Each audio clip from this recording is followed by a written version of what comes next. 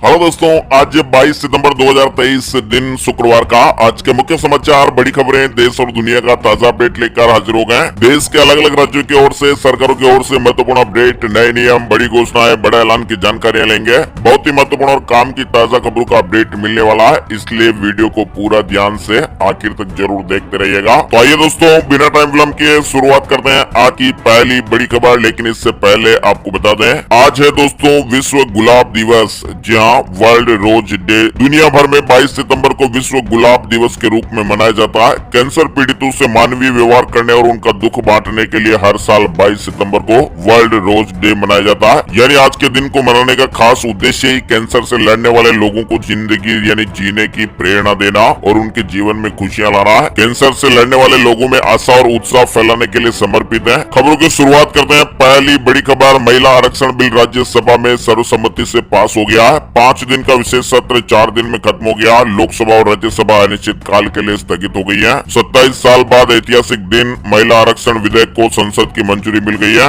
लोकसभा के बाद अब राज्यसभा में भी महिला आरक्षण विधेयक पारित हो गया है। राज्यसभा में 214 वोट पक्ष में, 0 वोट विरोध में। लोकसभा और विधानसभाओं में महिलाओं के लिए 33% आरक्षण के प्रावधान वाला 128वां संविधान संशोधन विधेयक गुरुवार को राज्यसभा में पास हो गया। दिन भर की लंबी चर्चा के बाद इसे पारित कर दिया गया। बिल के पक्ष में 214 वोट पड़े, जबकि किसी ने भी बिल के खिलाफ वोट नहीं डाला। नारी शक्ति वंदन अधिनियम पास हो गया। पीएम मोदी ने सोशल मीडिया पोस्ट में कहा कि हमारे देश की लोकतांत्रिक यात्रा में निर्णायक क्षण है। 140 करोड़ भारतीयों को बधाई। विधेयक को सभी सांसदों का समर्थन मिलना वास्तव में खुशी देने वाला है। दोनों सदनों से बिल के पास होने के बाद पीएम मोदी राज्यसभा पहुंचे और भाजपा की महिला सांसदों के साथ ग्रुप फोटो खिंचवाई और उन्हें बुके भेंट किए। ऐतिहासिक नारी शक्ति वंदन अधिनियम संसद के दोनों सदनों से पास हो गया है। अब इसे राष्ट्रपति की मंजूरी के लिए भेजा जाएगा। चलिए आगे बढ़ते हैं। बड़ी खबर, वित्त वर्ष 2024-25 के बजट के लिए 10 अक्टूबर से शुरू होगी प्री बजट मीटिंग। 14 नवंबर तक बैठक चलेगी।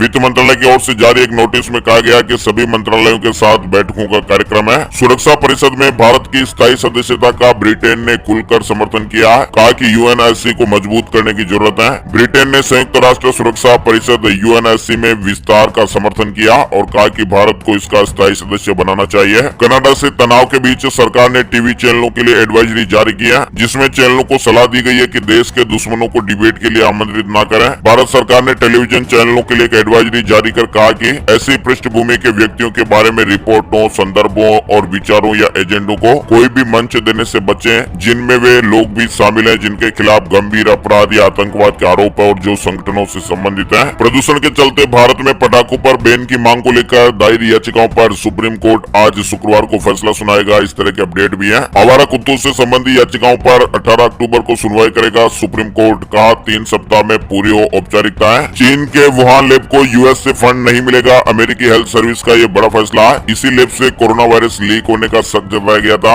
यानी अपडेट खबर है कि अमेरिका ने चीन की वुहान वायरोलॉजी लैब की फंडिंग बंद कर दी है। पीएम मोदी आज 3000 लोगों के साथ करेंगे डिनर। G20 को सफल बनाने में इनका महत्वपूर्ण रोल रहा। सरकार की तरफ से जारी सूचना के मुताबिक पीएम मोदी सभी लोगों से बातचीत करेंगे और उन्हें संबोधित करेंगे। इसके बाद इन सभी के लिए भारत मंडपम में डिनर का आयोजन भी किया जाएगा। इन 3000 लोगों में विशेष रूप से वे लोग शामिल है जिन्होंने शिखर सम्मेलन के सुचारू संचालन को सुनिश्चित करने के लिए जमीनी स्तर पर काम किया है। कुछ खबर है, देश में एमबीबीएस की पढ़ाई कर चुके छात्र अब विदेश में कर सकेंगे practice.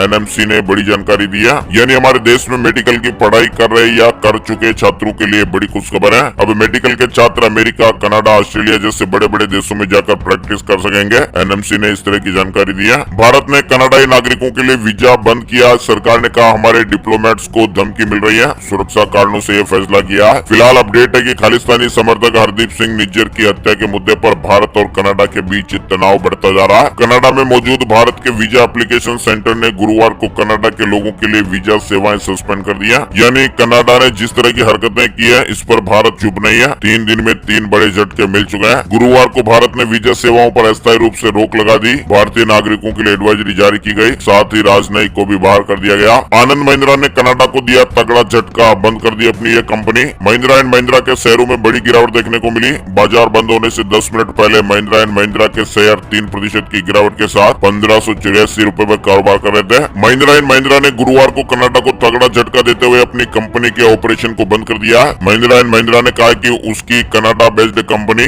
Ration aerospace corporation deportation के ऑपरेशन को बंद कर दिया गया है। भारत ने 26 बार आतंकियों के प्रत्यर्पण की अपील की, कनाडा ने 5 साल में कोई भी एक्शन नहीं लिया, 13 आतंकी आजाद घूम रहे हैं। इस तरह के अपडेट है। ट्रूडो सरकार ने कोई एक्शन नहीं लिया और नई सकारात्मक जवाब दिया। कनाडा से जुड़ी एक और खबर आ रही है। कनाडा में भारत के एक कैटेगरी गैंगस्टर सुखदुल सिंह गिल उर्फ सुक्का दुनेके की हत्या कर दी गई है। एनआईए की मोस्ट वांटेड लिस्ट में शामिल गैंगस्टर सुखदुल सिंह मारा गया। मतदाता पहचान पत्र से आधार को जोड़ना अनिवार्य नहीं, चुनाव आयोग ने सुप्रीम कोर्ट को बताया। फॉर्म में बदलाव होगा, यानी चुनाव आयोग ने सुप्रीम कोर्ट में कहा कि मतदाता सूचियों में नए मतदाताओं को जोड़ने और पुराने के रिकॉर्ड को अपडेट करने वाले फॉर्मों में वह स्पष्टीकरण देने वाले बदलाव करेगा कि मतदाता पहचान पत्र के लिए आधार नंबर देना अनिवार्य नहीं बल्कि वैकल्पिक है। दिल्ली के निजी स्कूलों में ईडब्ल्यूएस कोटे से एडमिशन के लिए आधार अनिवार्य नहीं, हाई कोर्ट का यह महत्वपूर्ण फैसला आया है। कर्जदारों को सुप्रीम कोर्ट ने झटका दिया, गिरवी संपत्ति की नीलामी पर बड़ा फैसला। सुप्रीम कोर्ट ने गुरुवार को अपने फैसले में कहा कि किसी ऋण चूककर्ता को किसी भी समय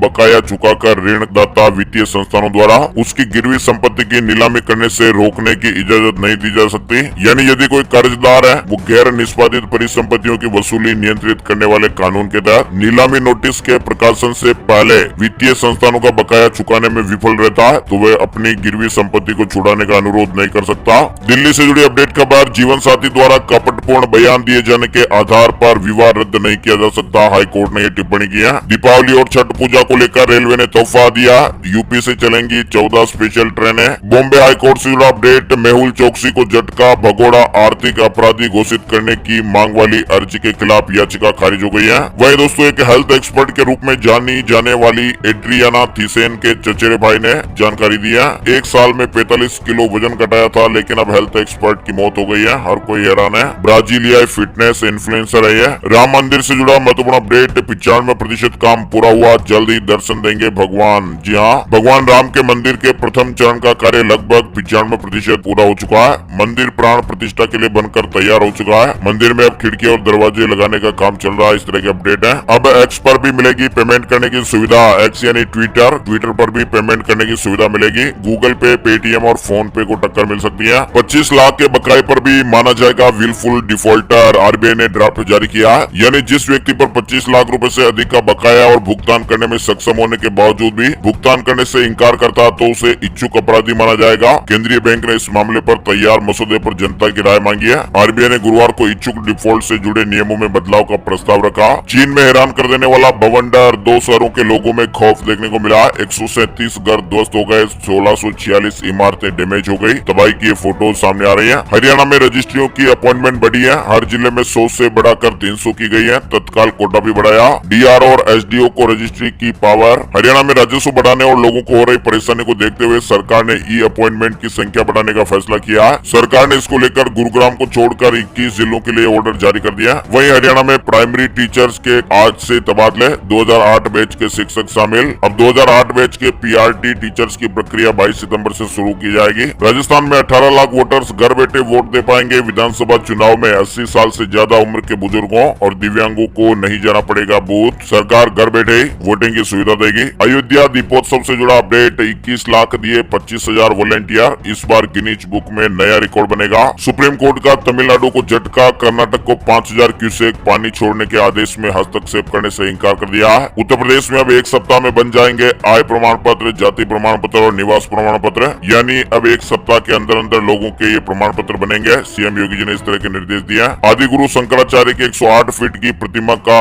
अनावरण सीएम शिवराज सिंह चौहान और संतों ने परिक्रमा की। ओंकारेश्वर में ओंकार पर्वत पर स्थापित आदि गुरु शंकराचार्य की प्रतिमा का अनावरण गुरुवार को हो गया। छत्तीसगढ़ में संविदा कर्मचारियों ने कहा सरकार के वादों की निकालेंगे बारात। नवा रायपुर में 23 से 24 सितंबर को बड़ा प्रदर्शन होगा। प्रदेश भर से प्रदर्शनकारी जुटेंगे। राहुल गांधी ने कुली की यूनिफॉर्म पहनी, सिर पर सामान उठाया। आनंद विहार आईएसबीटी पहुंचकर कुलियों से मिले, उनकी परेशानियां भी पूछी। कांग्रेस सांसद राहुल गांधी गुरुवार सुबह दिल्ली के आनंद विहार आईएसबीटी पहुंचे और कुलियों से मिले। जहां उन्होंने कुली की लाल यूनिफॉर्म पहनी और बेज भी लगाया। इसके बाद उन्होंने सिर पर सामान उठाया। इस दौरान उनके साथ मौजूद कुली राहुल गांधी जिंदाबाद के नारे लगाते नजर आए। राहुल गांधी ने इसके बाद कुलियों से बातचीत की और उनकी परेशानियों के बारे में पूछा। बैंक डिपॉजिट के लिए खतरा बन रहा म्यूचुअल फंड, रिस्क के बावजूद 3 साल में 24.8% की रेट से बढ़ा एमएफ में इन्वेस्टमेंट। हरियाणा ग्रुप डी भर्ती एग्जाम का शेड्यूल जारी हो गया है। 21-22 अक्टूबर को 2-2 सत्र में परीक्षा होगी। पेपर के लिए कैंडिडेट को 1 घंटा 45 मिनट मिलेगा। अरुणाचल प्रदेश में LIC के